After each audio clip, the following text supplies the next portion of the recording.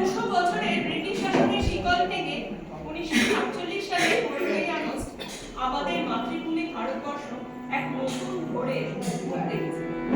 বীর বিপ্লবীদের আত্মবলিদানের বিনিময়ে আজ আমরা মুক্ত বাতাসে শ্বাস নিতে পারছি।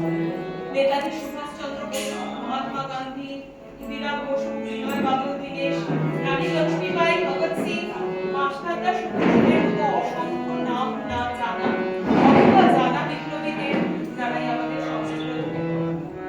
এনারা যে স্বাধীন ভারতবর্ষের দায়িত্ব আমাদের কাছে দিয়ে গেছেন, আমরা আজ কতটা সেই স্বপ্নের ভারতবর্ষ গড়ার পথ মুসলিম পথে নেমেছেন তা মূল্যায়নের সময় নেই। আমাদের ভয়শূন্য, শিক্ষিত ও বৈষম্যহীন ভারতবর্ষ গড়ে তুলতে হবে।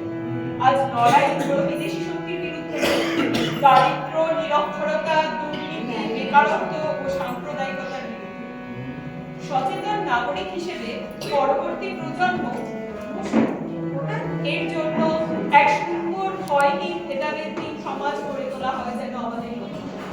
আমাদের গণতান্ত্রিক দেশের নাগরিক হিসেবে বাক স্বাধীনতা, ধর্মাচরণের স্বাধীনতা, সর্বোপরি কর্মের স্বাধীনতা থেকে বঞ্চিত না।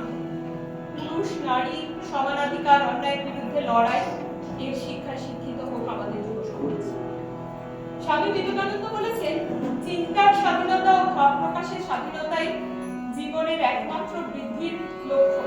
যেখানে এই স্বাধীনতা নেই সেখানে অবনতি সুনিশ্চিত।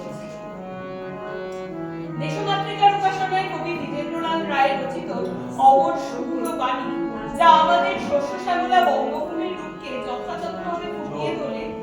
আমাদের দেশমাতৃকার রস, অমূল্য গন্ধ যে আমাদের মোহিত করে, গর্বিত করে, তার প্রকাশিত হয় তার ছত্রে ছত্রে।